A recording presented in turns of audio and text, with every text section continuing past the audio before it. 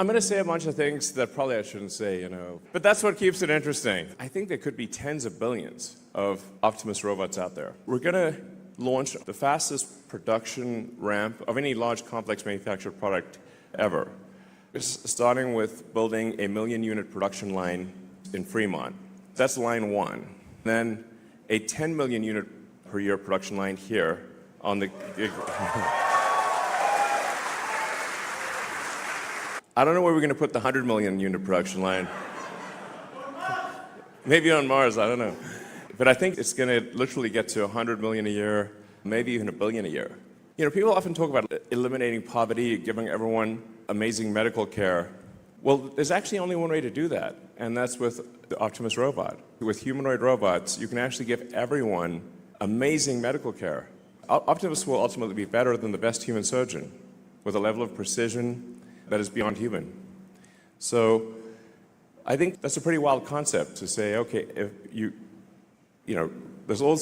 have always talked about eliminating poverty, but actually Optimus will actually eliminate poverty. Optimus will actually give people incredible medical care. So you can start getting some pretty wild sci-fi scenarios where some of these things I say will obviously be taken out of context and used in snippets and, sent around, but whatever. I'm still going to say them. I think we might be able to give people a more humane form of containment of future crime, which is if you now get a free Optimus, and it's just going to follow you around and stop you from doing crime. But other than that, you get to do anything. It's just going to stop you from committing crime. That's really it. You don't have to put people in like prisons and stuff, I think. It's pretty wild to think of all the possibilities, but I think it's clearly the future.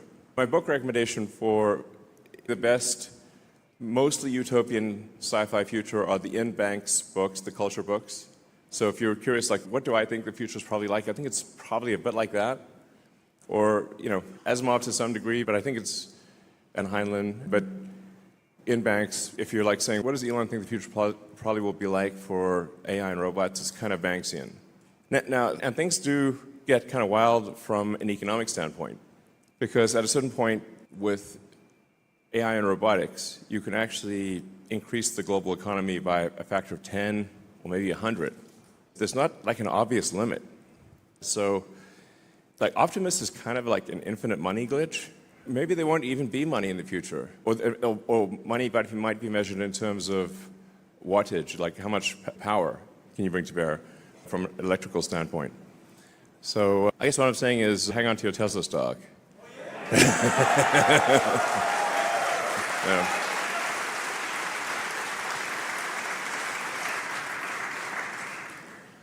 So, man, it's pretty wild. You're welcome. When we started Tesla, the goal was to accelerate the advent of sustainable energy, and that is what we've done. I think Tesla has really led the way with electric vehicles, with battery packs, with a lot of solar, and many other companies have followed our lead and done that. And electric cars, which used to be non-existent, are now prevalent. And the Model Y, for example, is the #1 selling car of any kind on Earth. But obviously now with AI and robotics, we need to update our mission. And our mission, I think it's good. It's a great mission, which is to achieve sustainable abundance. Which is, it's like, because I often ask people, like, what is the future that you want? What's the best future you can imagine? Because we want to try to make that future, like make the best future you can imagine. And I guess probably the best future is if people, can have whatever they want from a goods and services standpoint or medical standpoint, but at the same time we don't destroy nature, and we keep the rainforests and the beautiful national parks and all that stuff.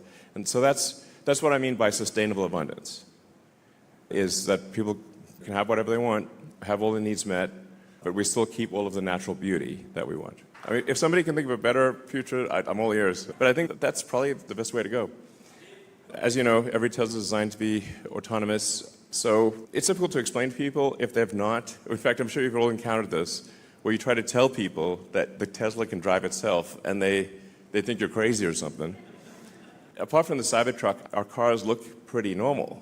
They look normal, but I guess it's like having a cat, and the cat's just sitting on the couch, and you try to tell people that the cat can actually put on boots and a hat and swashbuckle and sing and dance. And people are like, no way, man, that's a cat. Until the cat does all those things. And you're like, damn, what the? So we've got, millions of Tesla cars out there that are kind of like, they're intelligent, but people don't know that they're intelligent. They look like normal cars, but actually they're super smart and can drive themselves. So I think that's probably the single biggest thing we need to do is to educate potential customers that you can either have a cat that's like a normal cat, or you can have Puss in Boots. And Puss in Boots is very cool. So these days when people come to our stores, and even people that have the car haven't turned it on, we find. And sometimes people have paid for FSD and haven't turned it on. We're like, what? You should at least try it once. And so now the sales team, the service team will actually sit with customers and say, look, let us show you how it works and how easy it is. And then once they've tried it for even just a few days, they can't live without it. And now with version 14, we're actually getting to the point where we almost feel comfortable allowing people to text and drive, which is kind of the killer app, because that's really what people want to do. Actually, right now, the car's a little strict about keeping your eyes on the road. But I'm confident that in the next month or two, we should look closely at the safety statistics, but we will allow you to text and drive, essentially. Yeah. That's certainly better than the current situation, which often people will actually turn off FSD to text, then turn it back on, which is less safe. So yeah, that's probably the single biggest thing, is just get people aware of FSD. And then obviously we need to get it approved in Europe, so we certainly appreciate the support of our customers in Europe pushing the regulators to approve FSD, because you can't even get even just normal supervised FSD is not allowed in Europe currently, which doesn't make any sense. And I've had these like crazy conversations with the regulators that seem like a Franz Kafka novel, where I'm like, well, look, we have billions of kilometers of data that shows that FSD increases safety. And they're like, well, we have to have all these committee meetings. I'm like, yeah, but people's lives are at stake here. So definitely a pressure from our customers in Europe to push the regulators to approve would be appreciated. And then we have partial approval in China, and we hopefully will have full approval in China around February or March or so. That's what they've told us. Yeah, the fact that every Tesla car is capable of full self-driving, every car we build and have built for the last several years is capable of full self-driving is pretty wild, and most people don't know that. And then we've got the first car that is specifically built for unsupervised full self-driving to be a robotaxi. It's called a cybercab. It doesn't even have pedals or a steering wheel. Yeah, so there's no side view mirrors, so it's very much optimized for the lowest cost per mile in an autonomous mode. And that production is happening right here in April next year. So the way that Cybercab is designed is it's designed for a purely autonomous world, but also the manufacturing system is unlike any other car. The manufacturing system of the Cybercab, it's closer to a high-volume consumer electronics device than it is a car manufacturing line. So the net result is that I think we should be able to achieve ultimately less than a 10-second cycle time, basically a unit every 10 seconds. Maybe ultimately take a few years to get there, but it's theoretically possible to get to a 5-second production time. So what that would mean is you could get on a line that would normally produce, say, 500,000 cars a year at a 1-minute cycle time, maybe as much as 2 or 3 million. Ultimately, it's theoretically possible to achieve a 5 million unit production line if you can get to the 5-second cycle time. So these will be everywhere in the future. So it changes the look of the roads.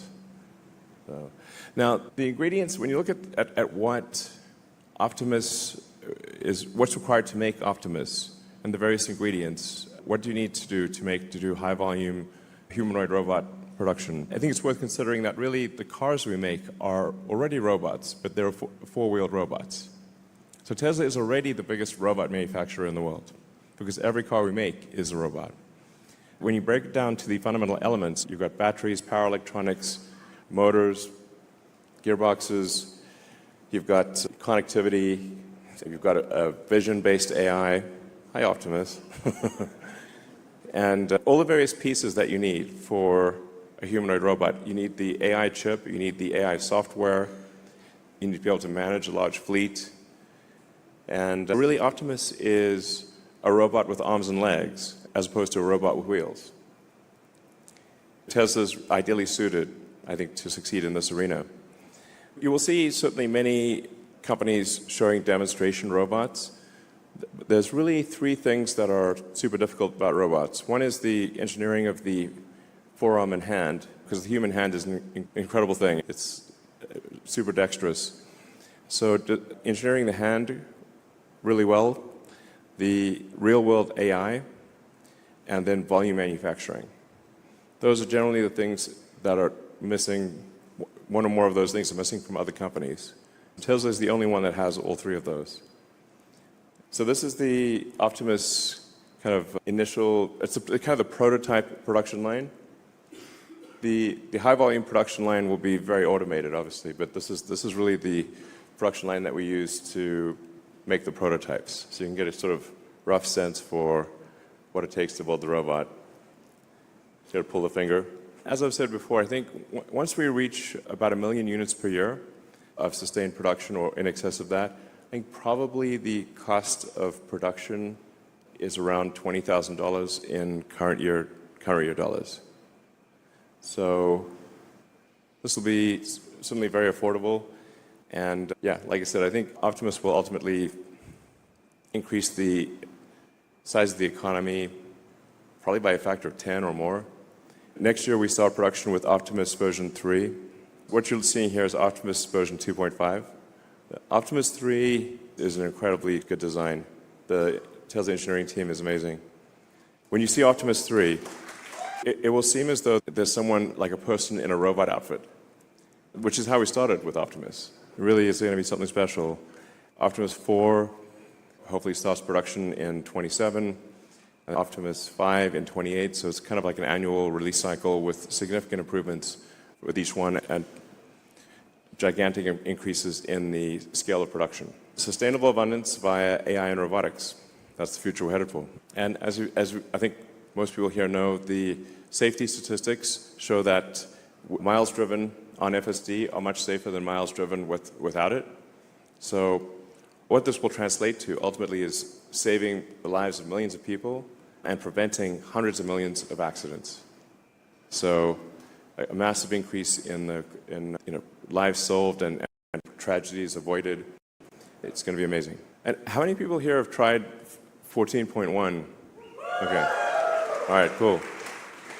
Yeah, you can see even with the point releases, it's getting quite a bit better. It should be pretty smooth at this point. But really, 14.2 is, there are major changes with 14.2 and then 14.3. And I think by 14.3 is when we'll really be at the point where you can just pretty much fall asleep and wake up at your destination.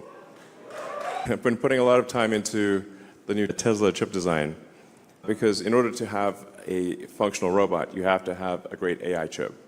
It needs to be an inexpensive chip and it needs to be very power efficient.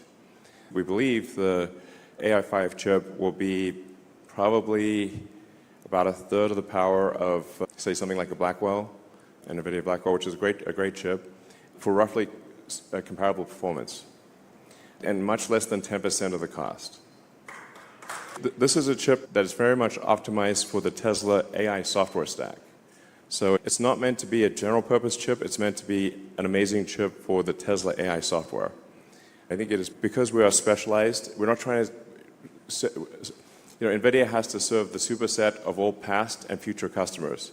So all of their requirements, all of the software that they've written has to work, which is a very difficult problem. Whereas we just need to make it work for our software. And so we were able to simplify the chip dramatically. And then we also have an integer-based system. And integer operations are fundamentally more efficient than floating point operations. So we can do floating point, but the vast majority of our inference is done in integer. Integer is much more power efficient, much more silicon efficient, but you actually have to train for integer inference, which everyone else is training for floating point. That's kind of like a niche technical detail, but it's actually very important. So yeah, this is going to be a great chip. This chip will be made basically in 4 places: TSMC Taiwan, Samsung Korea, TSMC Arizona, and TSMC Texas. And we already know what improvements to make for AI6. So I'm hopeful that we can, within less than a year of AI5 starting production, transition in the same fab to AI6 and double all of the performance metrics. I'm super hardcore on chips right now, as you may be able to tell. I have chips on the brain. I dream about chips, literally.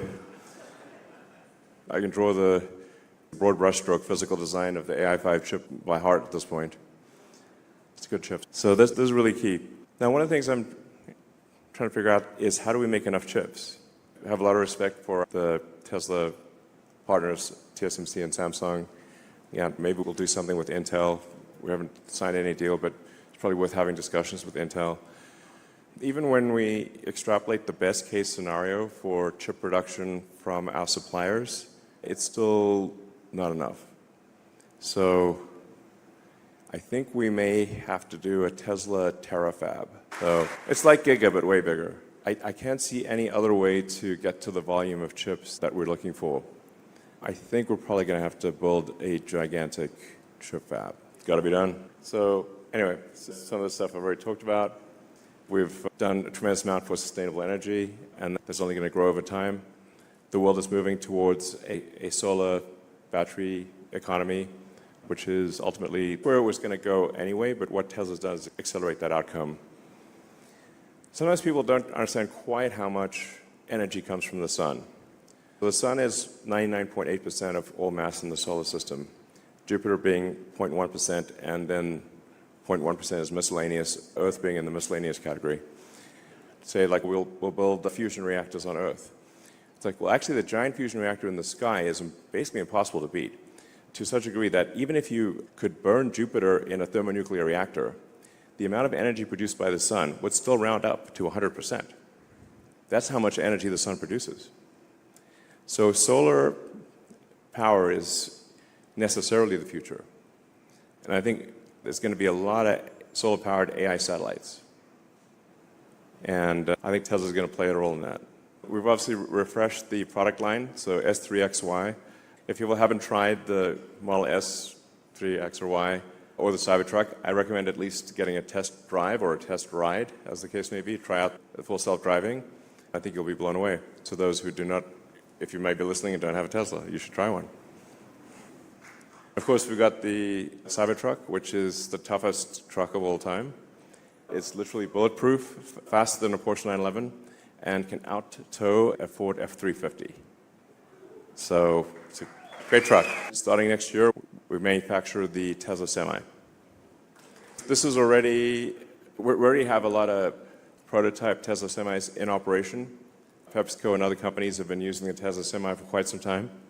But we will start volume production at our Northern Nevada factory in 2026. So we've got three massive products starting production next year. We've got Optimus, we've got Tesla Semi, and we've got the Cybercab. And then battery packs. So if you look at total US power generation capability, it's roughly a terawatt. But the average power usage is less than half a terawatt. And that's because there are big differences in power usage between day and night. The daily and seasonal variations in power consumption mean that the United States, and really every country, is only producing about half as much electrical energy as it could. Because without batteries, there's no effective way to buffer the energy. So what batteries actually enable is, even if you don't build any incremental power plants, you could double the energy output of the United States just with batteries. Now, this is a super big deal. And in fact, I think that's really where most of the incremental energy production in the United States is going to come from. It's literally batteries. So a bigger deal than it may seem. And then we keep improving the battery design, the Mega Block, which makes it really easy to deploy utility scale batteries. So we've just simplified and brought more of the components to be internal to the batteries. So you can just show up and drop off a battery and it works. And then hopefully, over time, we will actually add more and more of the power electronics so that Megapack will actually be able to output up to 35 kilovolts directly. You won't need a substation, is what I'm saying. You can just literally drop it off, kind of like the way that a power wall, you just connect it to the house, the utility wires go on one side and the other side goes to the house mains, and that's it. We want to get Megapack to the point where you just literally take the utility wires and you plug them in, and it just works. And then we've got the world's largest supercharger network. So we do a lot of things here at Tesla. The biggest supercharging network in the world by far. Ultimately, you'll be able to go anywhere on Earth using a Tesla supercharger. And it's pretty close to anywhere on Earth, but it's going to be ultimately just anywhere. It'll just work anywhere.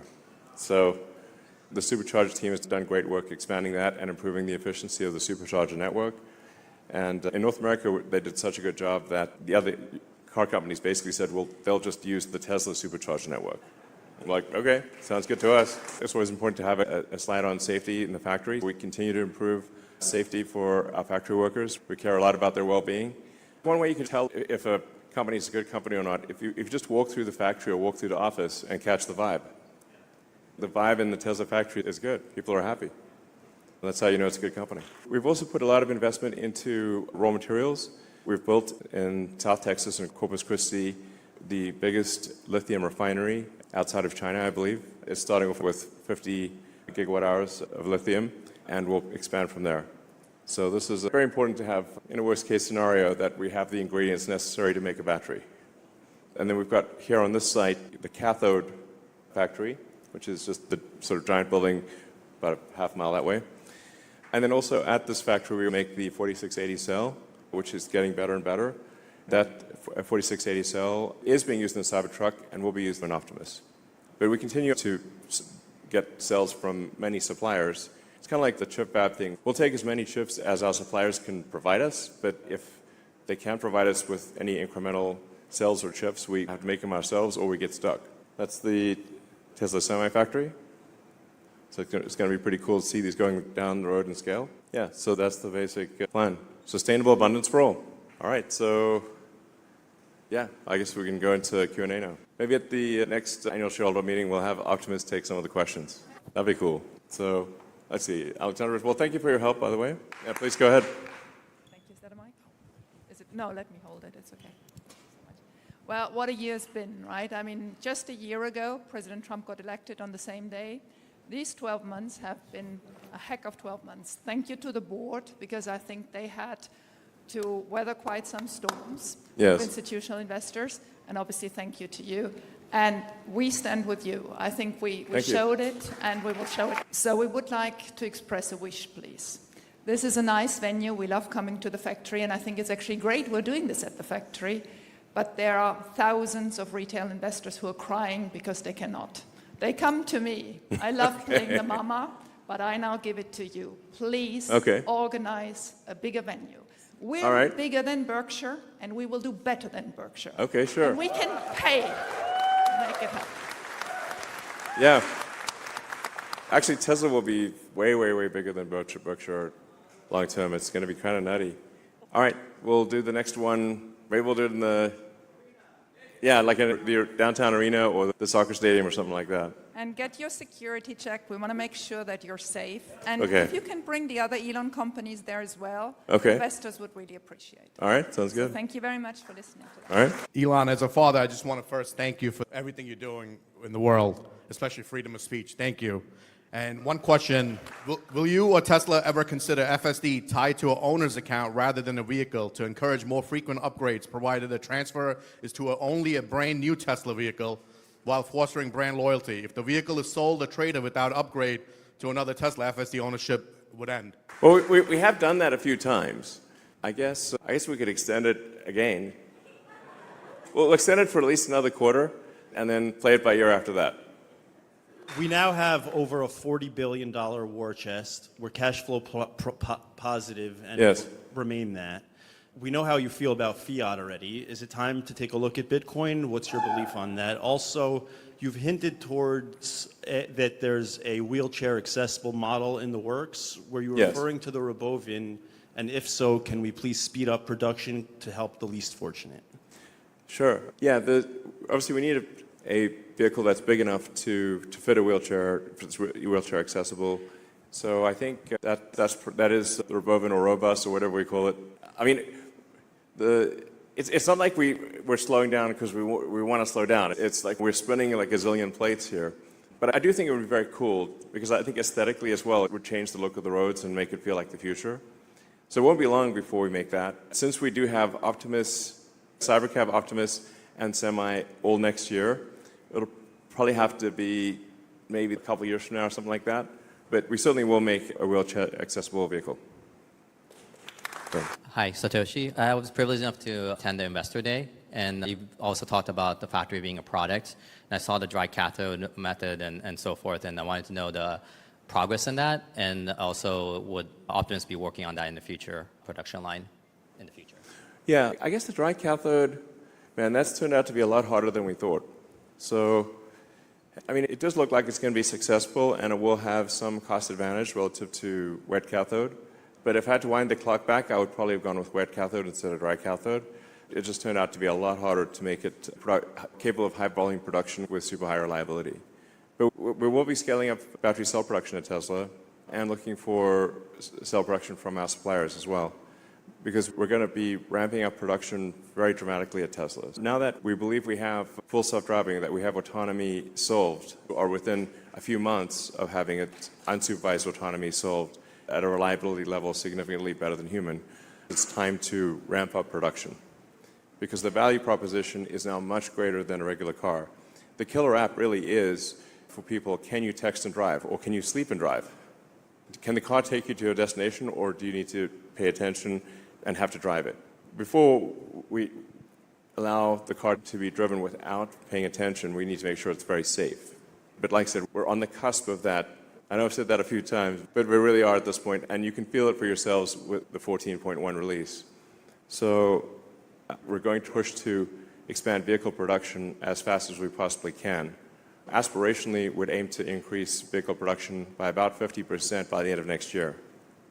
So that's very hard to increase production, but that's roughly, I don't know, maybe we get an exit rate by the end of next year of around 2.6, 2.7 million vehicles, annualized production, and then aim to get to maybe 4 million by the annualized rate by the end of 27, and then maybe 5 million by the end of 28. Those are our aspirational goals.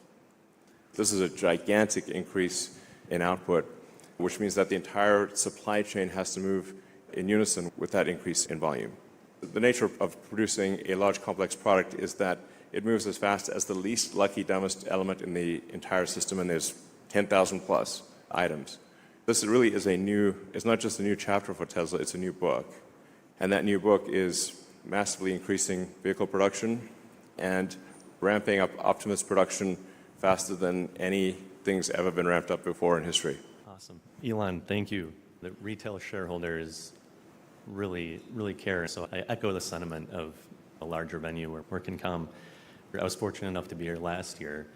And since then, touring the factory, talking to people that work here, I'm just a retail shareholder, but increased my holdings 12 times, right? So I know it's really engaging and gives people a confidence, and thank you for having us. I do echo that. I hope it grows.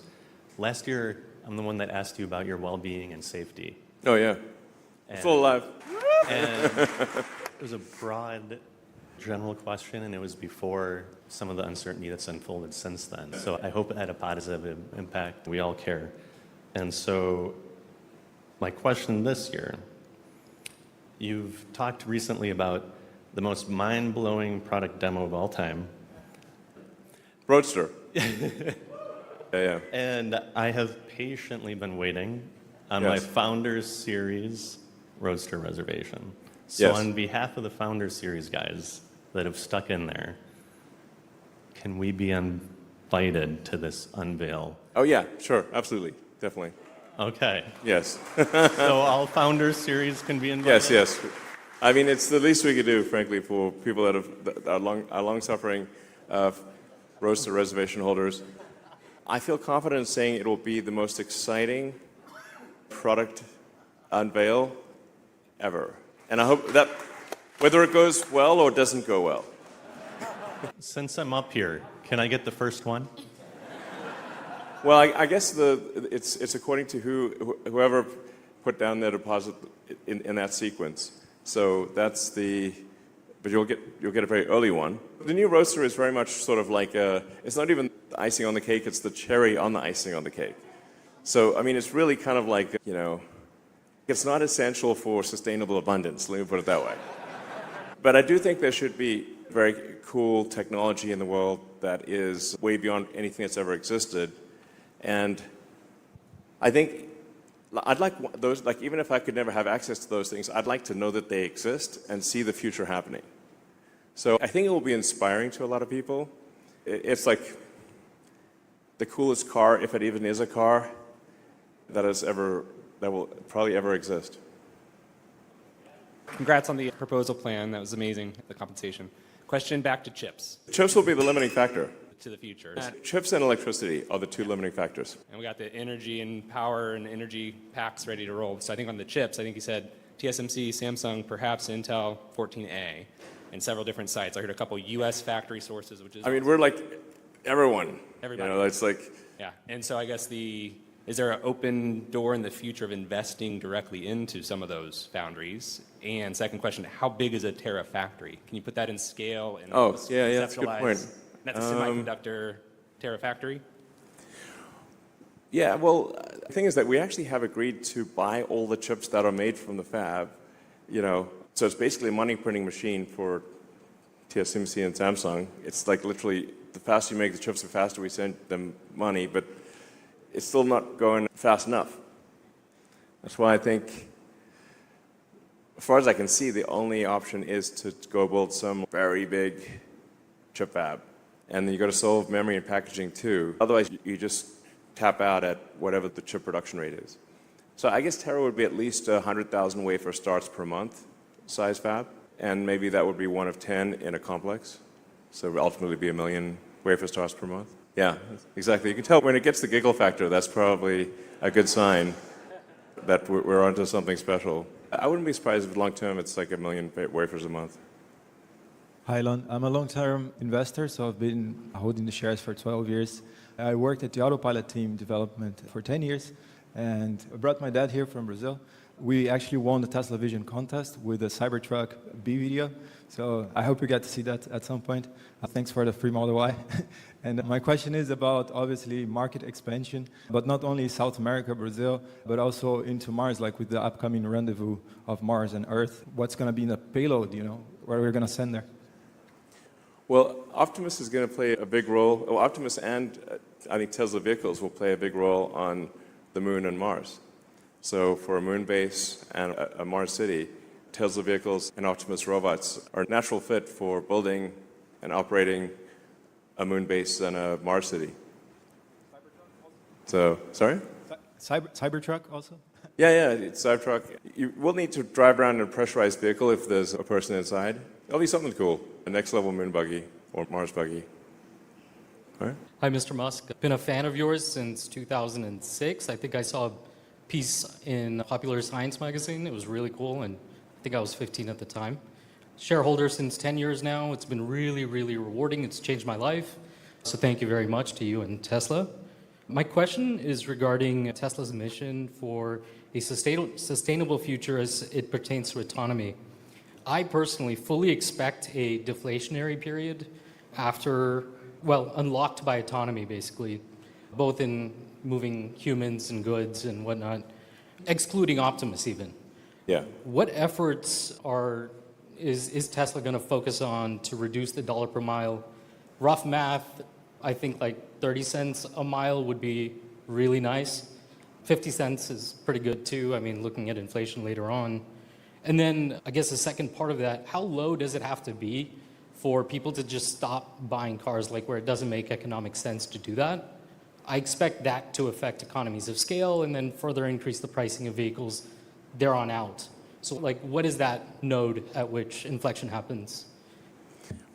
Well, in terms of cost per mile, I mean, we do see a path with a lot of work to get below 20 cents a mile in current year dollars.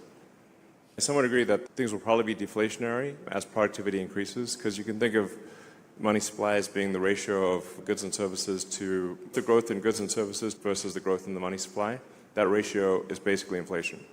If the output of goods and services grows faster than the money supply, then you necessarily have deflation, or vice versa. They try to make it sound complicated, but it's not. I'm not sure that even government overspending can actually, I think government overspending will be lower than the increase in productivity of goods and services, which would imply deflation as you expect. What about economies of scale and the impact it has to how you respond as an automotive company when people stop potentially buying cars? Economies of scale. In like auto manufacturing, for instance, it only makes sense if lots of people buy your vehicles. Oh, the total number of vehicles will decrease. The sort of vehicle fleet out there is about 2 billion cars. But 2 billion, if you add up all cars and trucks that are not at a scrapyard, I think it's around 2 billion. But that number would decrease with autonomous vehicles. So the total fleet size would drop. I actually think miles driven will increase because it is now much less painful to travel somewhere. If somebody's thinking about traveling across a busy city, they'll take into account, well, how much pain do I have to deal with? If I have to go through 2 hours of traffic, I probably won't do it. But if you're just, say, sitting in a cybercab watching a movie or doing some work, then it's just like sitting in a little lounge. I think you'll see probably a significant increase in total miles driven, but at the same time, a decrease in the total active fleet of vehicles. I'd just like to reiterate how grateful we all are to have you on board, ready to lead us to another $7 trillion in market cap, at least. At least. Obviously. Thank you. My question is, how much of a concern is it that when Cybercab starts production in Q2 next year, that regulation won't be there yet to where you can deploy Cybercabs being produced? Or are you guys confident that every Cybercab you guys make, you'll be able to deploy? Yeah, I think the rate at which we receive regulatory approval will roughly match the rate of Cybercab production.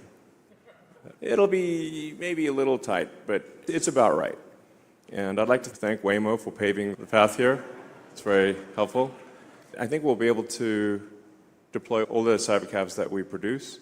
Once it becomes extremely normal in cities, the regulators will have fewer and fewer reasons to say no. Then you've got the accident statistics at scale, and you can show that autonomous miles save lives, and you've got billions of miles to prove it, then I think it's hard for regulators to say no. Yeah, true. Do you see a path for Optimus to have consciousness downloaded to it? You mean human consciousness? Or Yes. It's not like immediate, but if you said down the road, would you be able to, say, with the neural link, have a snapshot of, or at least an approximate snapshot of somebody's mind, and then upload that approximate snapshot to an Optimus body? I think that at some point that technology becomes possible, and it's probably less than 20 years. Yeah. But of course, you won't quite be the same, you know.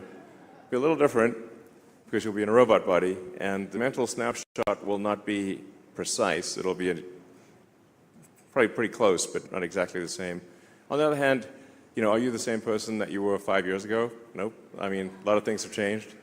So, yeah, but I guess at some point, if you want to be uploaded to a robot body, my guess is that becomes possible. Hi, Elon. Space-based data center is a great idea, and I agree with that. Yeah. I was curious on your views on space-based solar power, the idea of beaming down microwave energy down to Earth so that you can just point it to where it needs to go without transmission, without distribution lines, and it's more energy dense, so you know, less land use.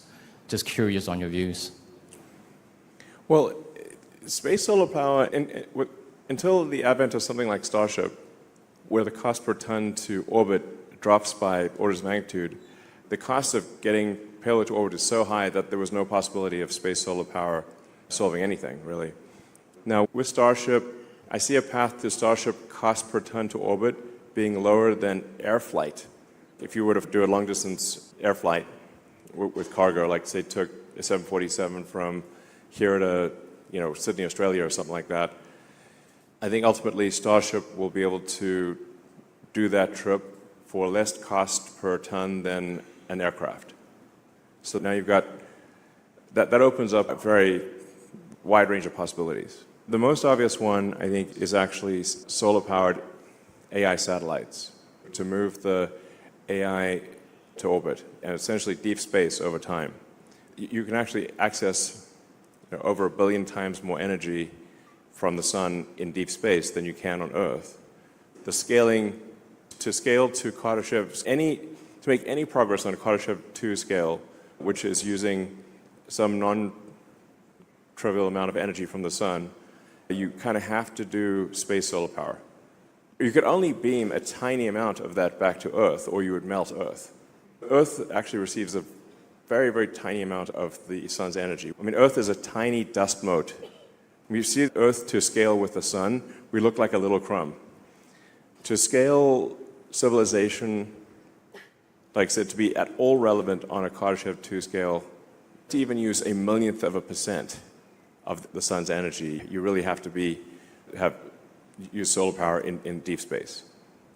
And you could beam some of that back to Earth too, but you can only beam a tiny bit of it back or you'd melt Earth. And this will be our last question. We'll do a few more. Sorry. All right. Elon, look around you. This is a very, very small sample of Tesla soldiers. Maybe, actually, I should say Elon Musk soldiers. Well, thank you for your support. So, thank you, everyone. I'd I'd just like to say thank you from the bottom of my heart for your support. Thank you. And thank you, everyone out there. I know for sure a lot of them sold the farm to buy Tesla. And they stuck with Tesla through thick and thin, good days and bad days. Yes. So my question to you is, how do you feel about repeating this success, but in a safer way, where you get qualified Tesla retail investor only to invest in SpaceX, avoiding all these market manipulators, those crooks, and these short sellers? Yeah. It is a tough problem that you highlight. I mean, unfortunately, over time, the parasitic load of being a public company has just grown over time. And so you get all these spurious lawsuits, obviously, and they just make it very difficult to operate effectively as a public company. So, but I do want to try to figure out some way for Tesla shareholders to participate in SpaceX. That would be very cool.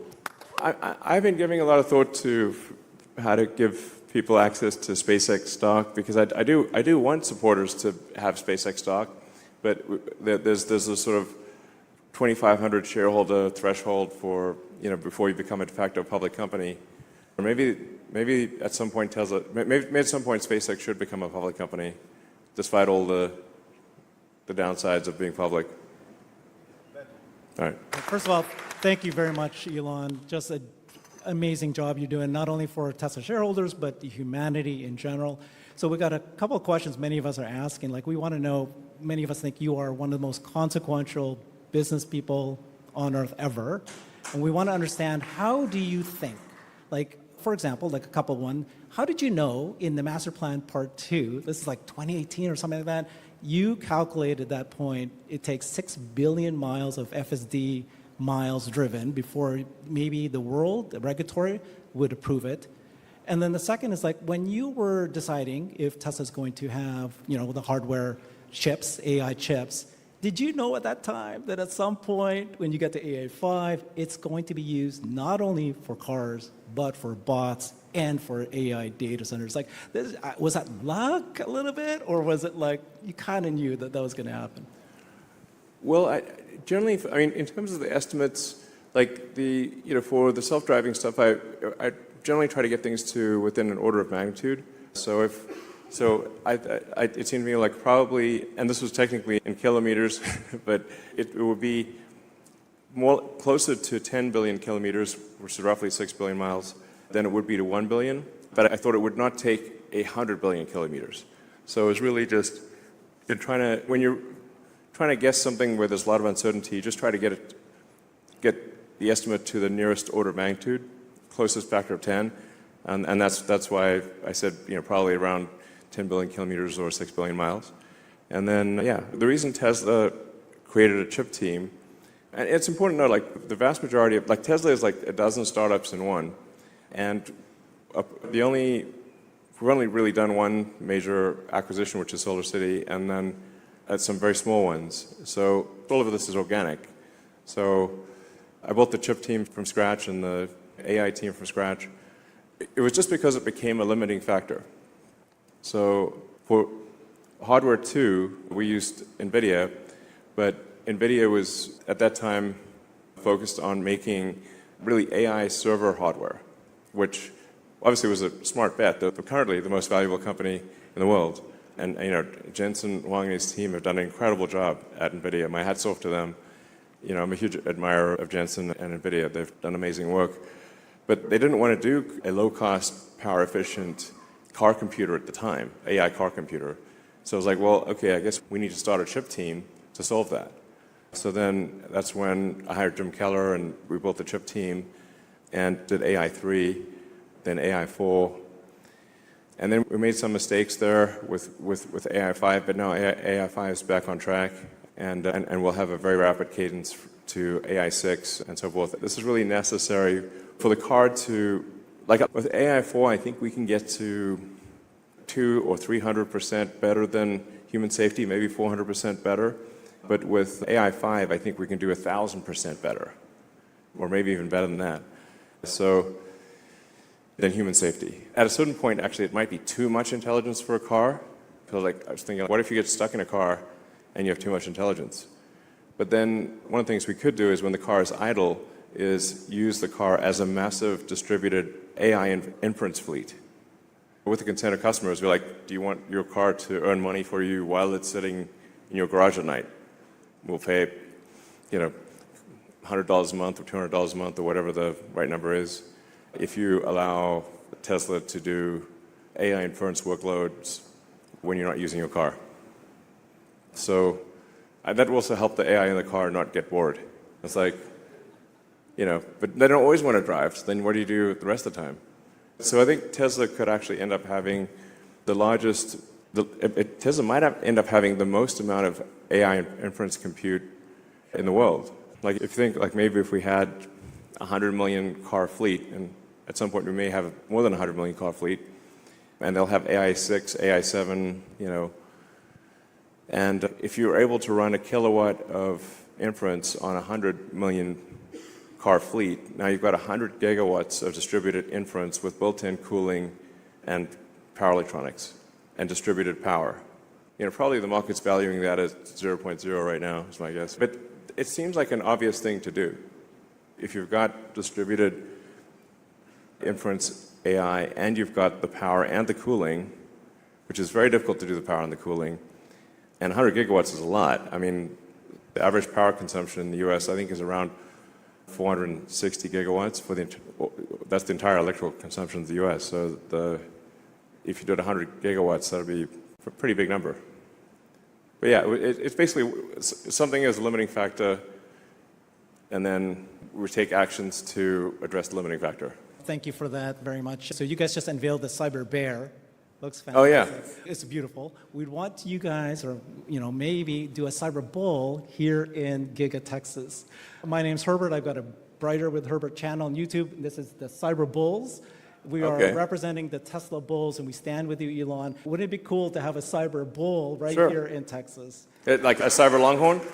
We'll do a Cyber Longhorn for the factory. Good afternoon. I'm very excited to ask this question. I've dreamed of giving away a Tesla for a very, very long time. And I finally wore EVJect down enough that they're willing to foot the bill for it. But it turns out to give away a Tesla, I have to have your permission to say we're giving away a Tesla. So it's a simple question. You can just give it away. You don't have to do anything. Tesla doesn't have to do it. We're going to go through the normal channels. We'll buy it from a store. Sure. You can give away a Tesla. Totally cool. Yeah. Yeah, but certainly you don't need my permission to give away a car. Hi, Elon. My name is Jonathan. You mentioned that the Roadster will have more tech than all the James Bond vehicles combined. Do you think there's any possibility that any of that tech will make it into the current vehicle lineup? No. To follow up on that, do you have any estimate of production or delivery timelines for the Roadster? We're aiming for the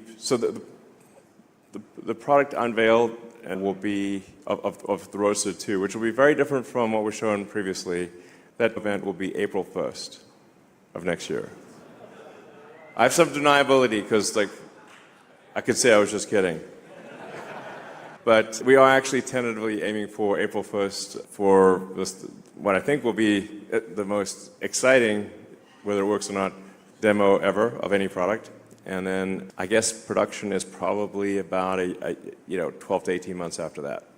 I think production is probably a year or so after that.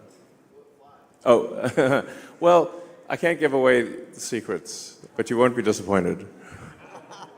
All right, we'll take one last question, I guess. Hey, Elon. All right. 3 last questions? Hi, Elon. I'm really excited about this future of sustainable abundance that we're talking about. I mean, you're going to be saving a lot of lives with FSD, but the number of lives that will be saved and improved with this future vision you have is really inspiring and very exciting. So even today, you've mentioned that in a post-scarcity world, the role of money could diminish or become obsolete. Given that much of today's power, including yours, is tied to wealth, do you think achieving this abundance would require powerful people to relinquish their power? And how might we address resistance from those who hold power to make this vision a reality? Well, I think actually, long term, the AI is going to be in charge, to be totally frank, not humans. If artificial intelligence vastly exceeds the sum of human intelligence, it is difficult to imagine that any humans will actually be in charge. We just need to make sure the AI is friendly. Yeah? Thank you. Was that the question? Go ahead, sure. Yes. Okay, sorry, Elon. Okay, yeah, so I'm Cybercat on X, and I'm doing YouTube and content creator. There's one thing I always heard about Tesla owners or people who want to buy Tesla complain about, that is about super expensive insurance, right? Tesla also do insurance, however, it's not a cover every place, right? Like based on Boston, I don't have too much options. It's super expensive.